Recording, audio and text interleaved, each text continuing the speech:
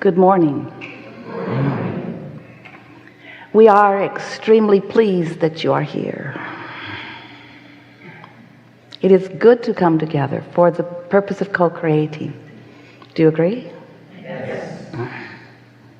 Co-creation at its best. You are knowing what you are wanting?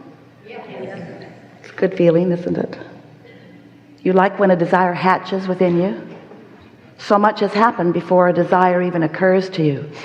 And sometimes when a desire occurs, you think that's just the beginning, and now you go to the hard work of making that desire a reality. And that's what slows it all down. First, that you think it's hard work, and next, that you think that you have to make it a reality, and next, that you don't understand that the momentum has already begun and is well along the way. And that is the reason, in fact, that you even received the idea or the knowing of your own desire. Sometimes your desires come and they don't last very long. And the reason they don't last very long is that exhilarating feeling of new life that they are meant to feel like. The reason that that doesn't last is because you let the reality that has already manifested overshadow this new budding reality that is in the process of turning from a vibration to a thought when you received it as a desire, and now from that thought desire into the physical equivalent. We really want you to get the sense of how vibration turns to manifestation. It's a question that mankind has had for such a very long time, because you have a hard time seeing the very beginning of this magnificent time-space reality that you are now living within. It's hard to go back and understand that everything that you are seeing and hearing and smelling and tasting and touching was at one time a vibration that was conceived of by a creator not so different than the creator that is now you. And so we want, in these hours that we are together, to convince you that you are a creator, that you can be a deliberate creator, that you can understand the laws of this universe. You can get in sync with the laws of the universe. You can tap in to the frequency and to the momentum that is you before you even became this physical being that you know as you. We want you to benefit by the momentum, the leverage, the clarity, the power of your beingness, and not rely so much on only the action that you or others are able to offer. Things that are happening in your physical world aren't about the action. Oh, action's fun. And we do not disagree with you that action gets things done. You can move things from place to place. We understand how that goes. But we want you to tap into the greater power, this energy that is the inspiration for the action. Because when you become one who is reflecting in all moments, or in most moments, the intention of that broader non-physical you, when you understand that you were source energy before you came into this body, and even though you are now in this body with this personality doing these things, that non-physical part of you still exists as non-physical life force, as rejuvenation, as replenishment, as source, constantly resourcing you. So often you forget that, and so you're just banging around in your physical action, not taking the time to tune to that current. And then you measure yourself with others who are doing the same thing, and you accept very low standards of accomplishment, low standards of the way you feel, low standards of happiness.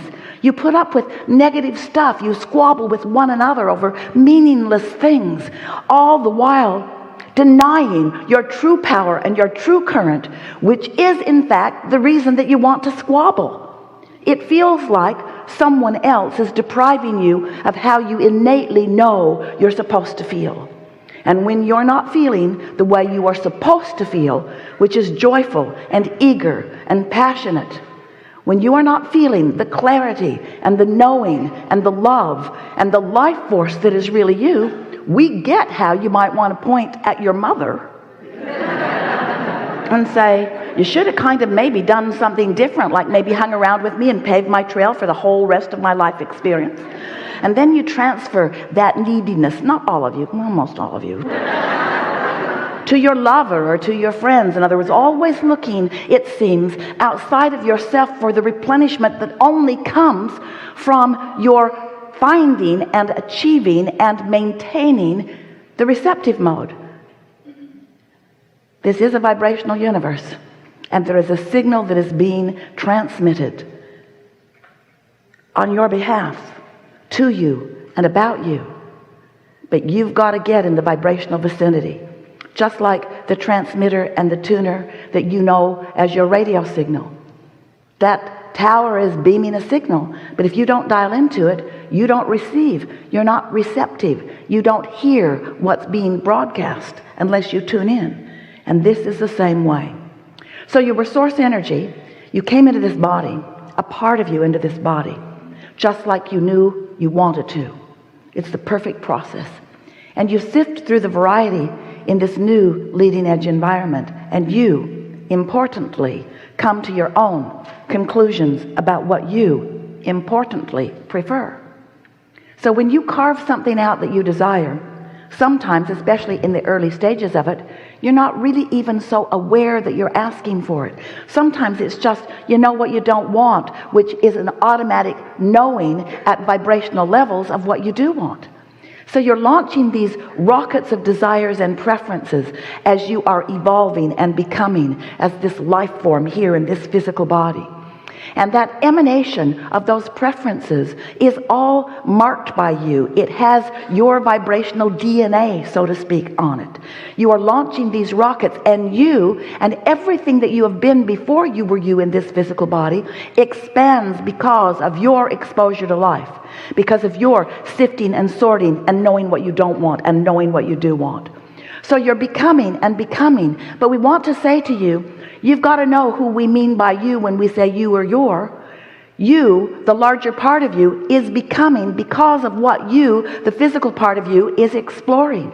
Your inner being is becoming more and more and more knowing, more desiring of more things, more vibrationally attractive. And what we mean by that is, with everything you ask for, your inner being becomes the vibrational equivalent of it.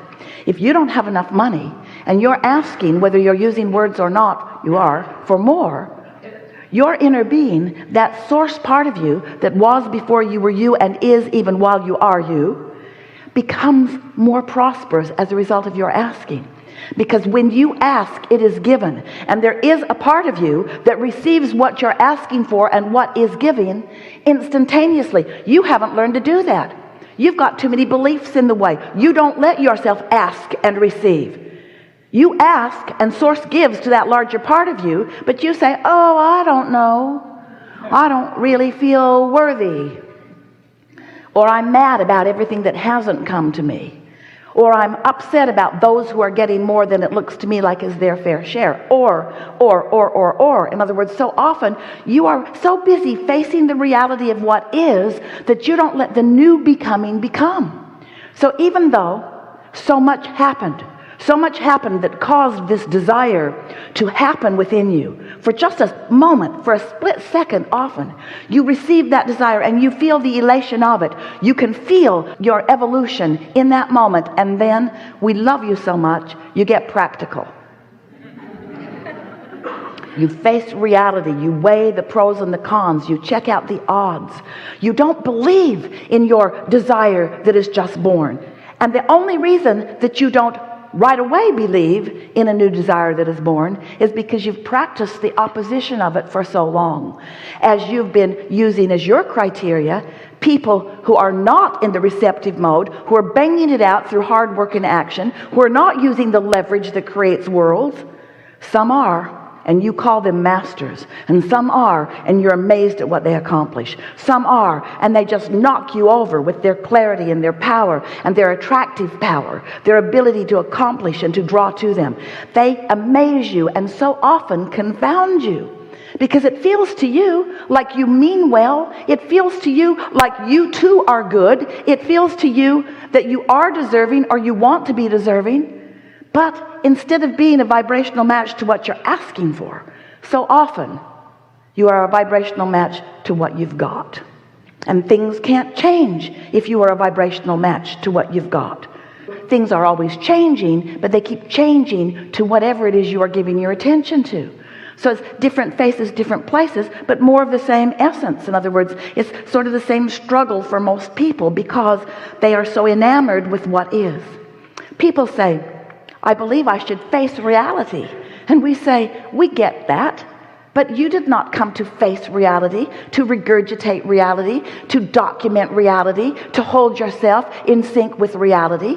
You came to create reality. You came to create new reality. You came to let this magnificent time-space reality inspire you to improvement, to new preferences, because you understood that if this time-space reality can cause you to desire something, to launch that rocket, you knew before you came into this body that once that rocket was launched, once that vibrational becoming had happened, that your inner being, that which you want to call God, that source that we want to call the resource of that which is everything, will join that thought, and law of attraction will respond to it, and your idea, your vision, your desire, your wanting will become a reality, and you get to be the witness of it. We want you to be the witness of your desire turning to the manifestations that you have asked for. We want you to understand that if you could just understand that that is your work, to witness it, not to make it happen. You don't get into your automobile and ever have the urge to get under the hood and be part of the engine and make it go. I'll just tug along on these pulleys for a little while today. That never occurs to you. You understand that there is another engine, another force, another mechanism, and you do what you are meant to do. You decide where you want to go, and you point in the right direction, and you make the correcting changes all along the way. You guide yourself to where you want to be, and that's what you are wanting to do here. You are the chooser of where you want to be. Law of attraction is the engine that will bring it about. But your mechanism, your function, your success, your happiness, which is the success that we're really talking about, is all about your finding vibrational alignment with what you're asking for.